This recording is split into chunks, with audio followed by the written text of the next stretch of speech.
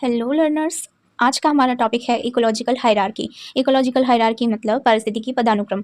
पारिस्थितिकी पदानुक्रम में सबसे पहला आता है कौन? स्पीशीज़। मतलब अगर हमें पूछा जाए कि इकोलॉजिकल हायरार्की की बेसिक एंड फर्स्ट यूनिट कौन सी है, वो है जीव यानी कि ऑर्गेनिज्म, जिसे हम स्पीशीज़ भी बोलते हैं। कोई भी ऑर्गेनिज्म है, कोई भी स्पीशीज़ है, उन सभी को मिलाकर ही पॉपुलेशन बनता है, यानी कि समष्टि बनती है। जीवों के समूह को हम क्या बोलेंगे? पॉपुलेशन। पॉपुलेशन से आगे फर्दर क्या बनता है? कम्युनिटी यानी कि समुदाय। समुदाय से आगे बनता है इकोसिस्टम, जिसे हम कहते हैं पारितंत्र, और पारितंत्र से आगे बनता है जीवोम। मतलब इकोसिस्टम मिलाकर के जीवोम बनाते हैं, और जीवोम मिलकर के पूरा एक बायोस्फीयर यानी कि जैव मंडल। तो हाईएस्ट यूनिट जो है वो है बायोस्फीयर, किसकी? पारिस्थितिकी पदानुक्रम की। और सबसे बेसिक यूनिट कौन सी है? वो है जीव। ठीक है, तो ये है इकोलॉजिकल हायरार्की। अब पॉपुलेशन में क्या होता है? पॉपुलेशन में सेम स्पीशीज के ऑर्गेनिजम्स आपस में मिलकर के पॉपुलेशन बनाते हैं। और कम्युनिटी में क्या होता है? डिफरेंट डिफरेंट स्पीशीज होती है। तो ये डिफरेंस है पॉपुलेशन एंड कम्युनिटी में। अब हम आगे देखेंगे ऑर्गेनिज्म के बारे में। फर्स्ट तो ऑर्गेनिज्म जो है वो यहाँ दो प्रकार के होते हैं। फर्स्ट है कन्फॉर्मर्स। कन्फॉर्मर्स जिसे हम समरूपक भी कहते हैं, ऐसे जीव जो बाह्य वातावरण के अनुरूप अपने आंतरिक वातावरण को परिवर्तित करते रहते हैं, और इनके अंदर होम्योस्टेसिस यानी कि समस्थिरता नहीं देखा जाता। ये क्या करते हैं? बाह्य वातावरण जैसा होता है वैसे ही अपने आंतरिक वातावरण को परिवर्तित कर देता है। इस वजह से इनके अंदर होम्योस्टेसिस भी नहीं देखा जाता। इनमें एग्जाम्पल है सारे प्लांट्स और ज़्यादातर एनिमल्स। फिर आते हैं सेकेंड, रेगुलेटर्स। ऐसे जीव जो अपनी आंतरिक वातावरण को नियत या स्थिर स्थायी रखते हैं। इन जीवों में थर्मोरेगुलेटर्स यानी कि थर्मोरेगुलेशंस तथा ऑस्मो रेगुलेशंस के माध्यम से होम्योस्टेसिस देखा जाता है। मतलब जो थर्मो रेगुलेटर्स होते हैं और ऑस्मो रेगुलेशन जो करते हैं, उन दोनों के बीच में होम्योस्टेसिस देखा जाता है, जबकि कन्फॉर्मर्स में नहीं देखा जाता था, और इनमें रेगुलेटर्स में ये होता है। For example aves and mammals. Regulators में कौन आते हैं? Aves and mammals. नोट, आवास में प्रतिकूल परिस्थिति होने पर जीव दो प्रकार के विकल्प दर्शाते हैं। First one is migration. Migration मतलब एक जगह से दूसरी जगह माइग्रेट होते हैं। For example Siberian क्रैंस। Siberian क्रैंस, Arctic turns bird जो है वो नॉर्थ पोल से साउथ पोल माइग्रेट करती है। फिर सेकेंड आता है सस्पेंशन। सस्पेंशन क्या होता है? Slow down metabolic reaction. Suspension में क्या करते हैं? उपापचय क्रियाओं को धीमा कर देते हैं, तो ये सस्पेंशन कहलाता है। तो इसमें एग्जाम्पल है फर्स्ट जीवाणु, कवक, निम्न पादप जिनमें मोटी भित्ति युक्त बीजाणु का निर्माण होता है। हायर प्लांट्स यानी उच्च पादप जो बीज प्रसुप्ता दर्शाते हैं। फिर थर्ड एनिमल्स जो है वो टू टाइप का सस्पेंशन दर्शाते हैं, एस्टिवेशन एंड हाइबरनेशन। एस्टिवेशन मतलब समर स्लीप, और हाइबरनेशन का मतलब होता है विंटर स्लीप। एस्टिवेशन कौन दर्शाते हैं? फ्रॉग और फिशेस। और हाइबरनेशन कौन दर्शाएगा? Frog and polar bear. Third है जू प्लैंक्टन्स। जू प्लैंक्टन्स जो है ये सुप्ता अवस्था यानी कि डायपोज फेज में रहते हैं। Adaptation, next one is adaptation. ऐसे सभी लक्षण जो जीवों को एक निश्चित वातावरण में सर्वाइव करने में, ग्रोथ करने में, रिप्रोडक्शन करने में सहायक होते हैं, उन्हें हम एडेप्टेशन कहते हैं। For example kangaroo rat. Kangaroo rat जो है ये नॉर्थ अमेरिका के डेजर्ट में रहने वाला एक रैट है, जो अपने जीवन काल में पानी नहीं पीता।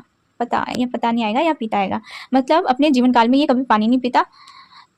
तो इसमें जल आपूर्ति कैसी होती है? जल की पूर्ति कैसे होती है? वो होती है इंटरनल फैट ऑक्सीडेशन से। इनके शरीर के अंदर जो फैट होता है वो फैट क्या हो जाता है? ऑक्सीडाइज होता है, और ऑक्सीडाइज होकर के जल उत्पन्न करता है, और ये जल संरक्षण हेतु कंसंट्रेटेड यूरिन का निर्माण करता है। Second example is aquatic mammals. Aquatic mammals जैसे सील्स, इनके स्किन के नीचे एक फैट की लेयर होती है, मतलब वसा की परत होती है, जिसे ब्लबर कहते हैं, और ये उष्मा हानि को रोकता है। कुछ रूल देखेंगे। फर्स्ट रूल है एलेंस रूल। इस नियम के अनुसार ठंडे क्षेत्रों में पाए जाने वाले जंतुओं के कान, हाथ व पैर छोटे होते हैं, ताकि एरिया यानी कि क्षेत्रफल को कम कर एनर्जी लॉस कम कर सकें।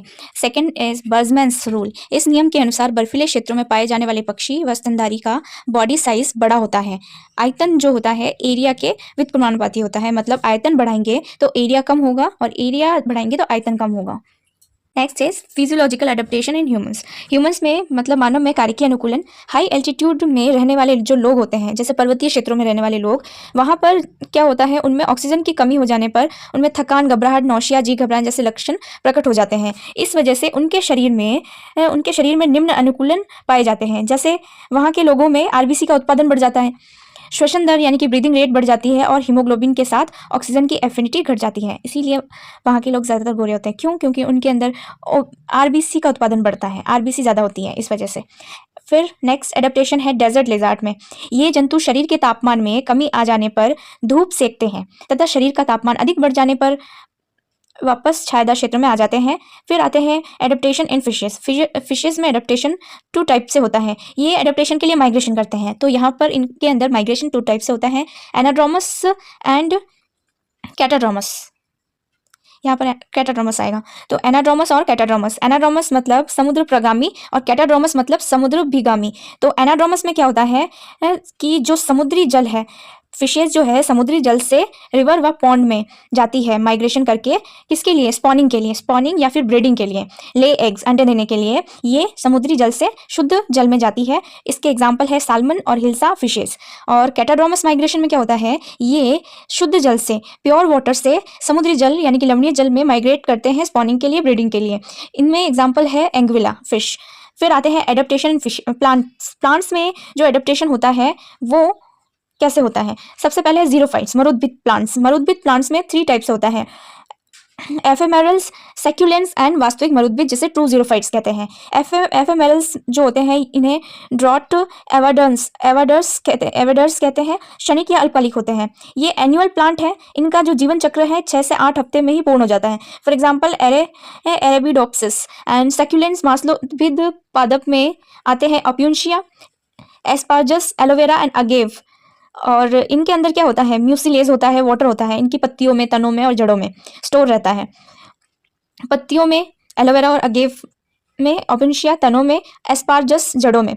वास्तविक मरुद्भिद में आते हैं अकेशिया एंड कैस्टूरिना, जो बबूल वगैरह होते हैं वो ट्रू जीरोफाइट्स में आते हैं, वास्तविक मरुद्भिद कहते हैं उन्हें। क्यूटिकल की मोटी परत होती है उनमें और रंध्र जो है दसे हुए रहते हैं ताकि वाटर लॉस ना हो सके।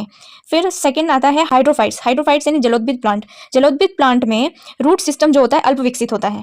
For example hydrilla and Vallisneria. Vallisneria में मूल जो है अल्प विकसित होता है। मूल यानी कि रूट एब्सेंट होता है किसमें? Salvinia, Wolffia and Ceratophyllum. Root pockets पाए जाते हैं, लेमा ई कॉर्निया मतलब जलकुंभी। हेलोफाइट्स लवणोद्भिद पादप, जैसे मैंग्रोव है। मैंग्रोव प्लांट्स में क्या होता है? न्यूमेटोफोर्स प्रेजेंट होते हैं। न्यूमेटोफोर्स क्या होते हैं? रेस्पिरेटरी रूट होते हैं। उनके अंदर जो रूट होते हैं वो रेस्पिरेटरी होते हैं। इनमें बीजों का अंकुरण सोयल में नहीं बल्कि पादप के साथ जुड़े रहकर होता है। इसे वाइपेरस जर्मिनेशन भी कहते हैं, जरायुज अंकुरण कहते हैं। इनमें लवण सिक्रेशन हेतु सॉल्ट ग्लैंड्स भी पाई जाती हैं।